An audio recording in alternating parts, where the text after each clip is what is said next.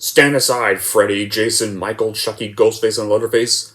There's a new kid on the block, and his name is Art the Clown.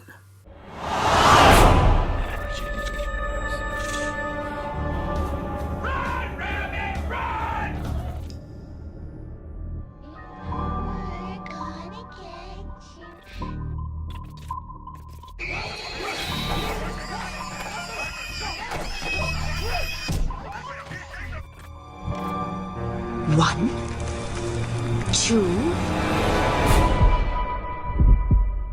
three!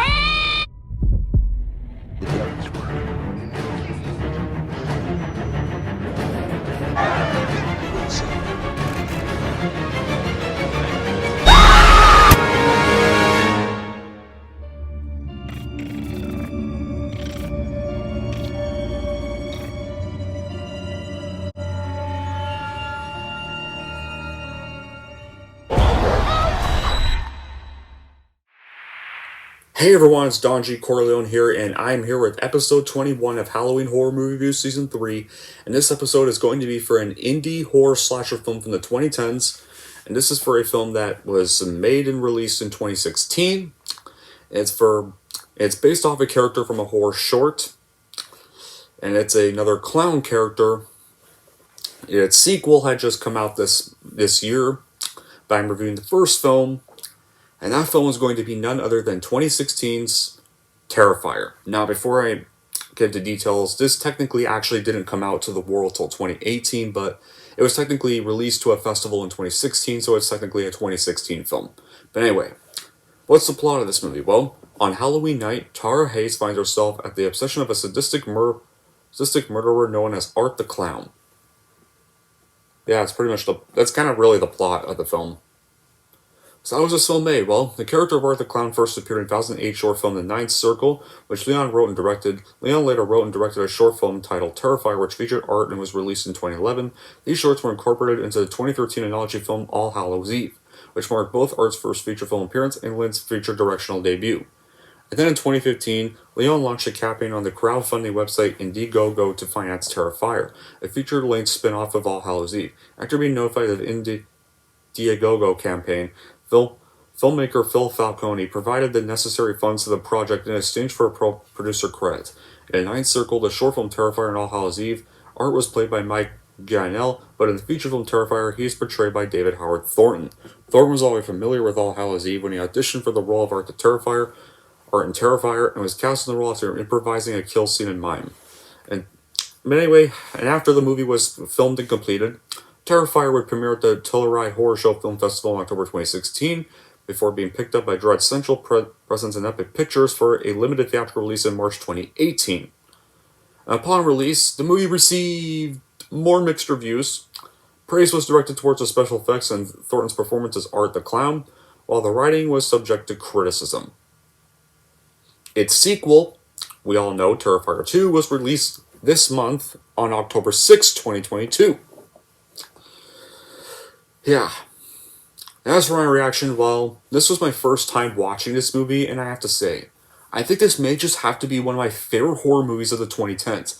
I don't care if there are people who hate this movie, I am one that praises this as one of the best modern horror films out there, and introduces us to a new horror icon that joined the club named Art the Clown.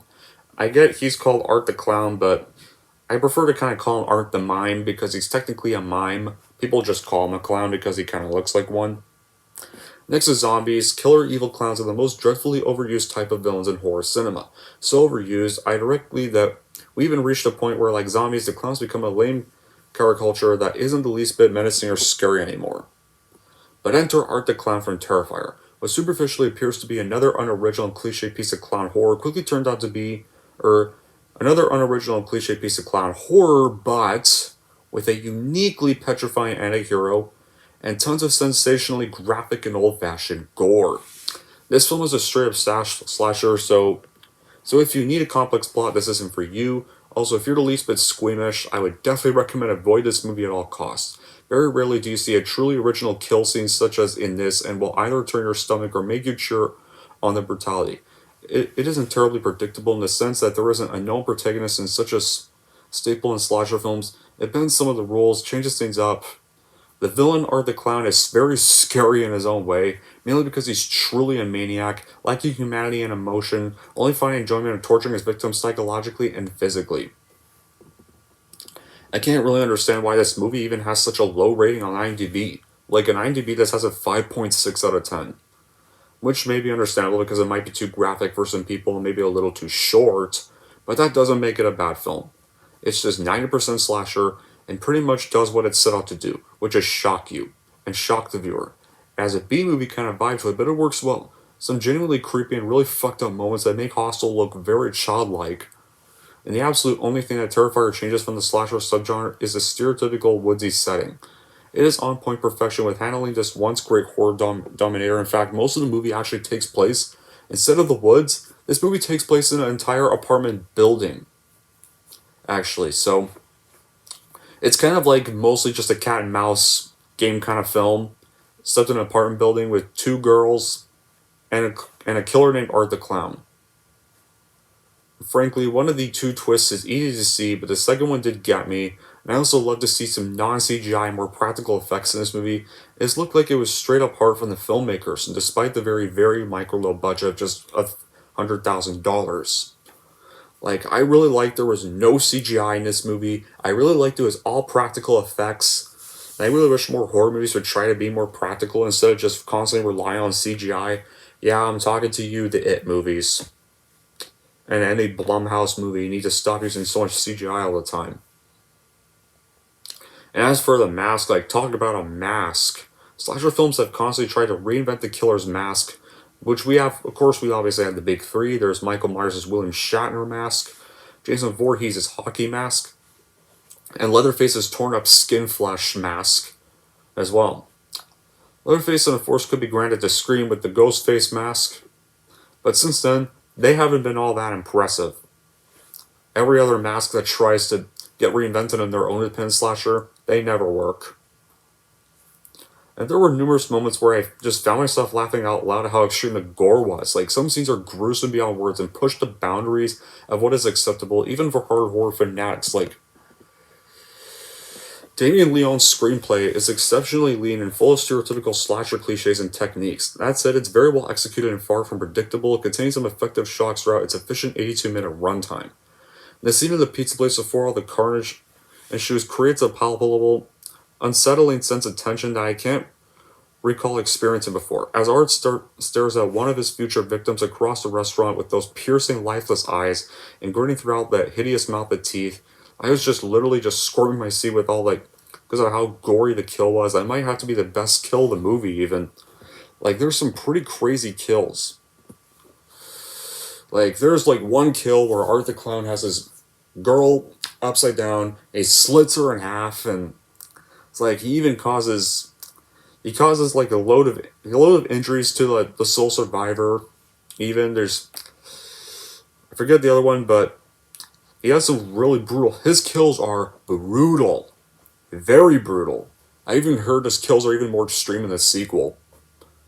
It is just creeping us on a whole new level and establishes an unprecedented amount of uncertainty and dread. I felt like some unknown malevolent force was clamping my eyes open and forced me to just watch the screen. Like, I was memorized by this bizarre nightmarish character and what this guy named Art the Clown was going to do. Leon directs proceedings with real aplomb and a style that is both well shot and well paced. He serves up a handsome and technically impressive picture despite its meager, almost sole budget. The special effects remind me of Peter Jackson's early work, but with a significantly greater level of realism and artistic panache. And I mean work he did before The Lord of the Rings.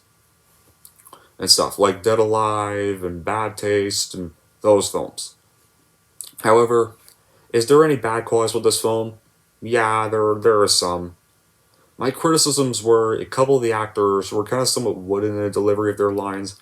The dialogue was occasionally unfitting for the gravity of the current situation, and the odd silly course of action taken by characters, but they're generally ubiquitous features for low-budget horror flicks. Even. And it honestly would have worked a lot better if there was a greater introduction to the two main female characters prior to placing them in the midst of the terror, like generating greater empathy for their suffering and investment in their survival. Screenplay doesn't really allow the viewer to care enough about them. And some more backstory to Art's character and placement at the scene of events would have also been beneficial to provide some context. And I also didn't really understand the strange woman with the doll and what she was really doing in this movie. Her presence seemed like a bit of a mystery, really. And the pacing and writing, yeah, some people have criticized the writing of this movie. The pacing and writing weren't really great enough.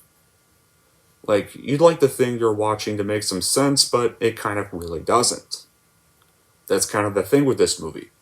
This movie doesn't really make a lot of sense. Like, can we get some consistency or better, more intriguing writing?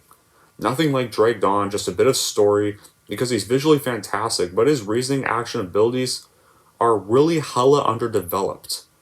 And at one point, he uses a gun which was ridiculously out of place for a slasher killer, because usually slasher killers don't use guns. None of them do. That's like giving Chucky may have in Bride of Chucky or something, but he didn't shoot anybody with it. That's like, just imagine. Well, actually, technically, Ghostface did use one, but in Scream 4, but that's when Ghostface was unmasked and stuff, so it didn't really count. But it's like giving Freddy, Jason, or Michael guns for some weird reason, and they started just shooting them instead of using their iconic weapons. That would make no sense. 0 sense. However, despite those criticisms I mentioned, I can still enjoy and watch this underrated horror film that deserves way more attention than it gets without any hate for it in the slightest. So in the end, Terrifier is a perfect horror masterpiece of the 2010s that is worth buying, and I would highly recommend it to those who want to see a terrifying clown and a new horror icon get added to the League of Slasher Killers, who will definitely be likely making an appearance very soon on this list. Anyways, that's it for my review of Terrifier. If you're wondering how I'm going to rank Terrifier, here's how I'm going to rank this movie. So overall, if you are a fan of horror clowns and want to see a new icon be introduced, then I would easily watch this movie and then buy this movie on Blu-ray or DVD for your collection for sure. And if you're wondering how I'm going to rank Terrifier, I'm going to give Terrifier an 8 out of 10. There we go. That wraps up my review for Terrifier. So you're probably wondering, what's going to be the next episode on this list? Well, the next episode is going to be into the world of Alfred Hitchcock. It was one of his biggest breakthrough roles, and it was known for spawning a very iconic shower scene. Yes, guys, Psycho is going to be next. So I can't wait to talk about that, because that film is one of my favorite horror movies of all time. A film that revolutionized, invented the slasher genre. Anyway, guys, that's it for this. That'll be it for this episode. Thank y'all for watching. And if you like this and want to see more, and don't forget to like and subscribe to Don G. Corleone.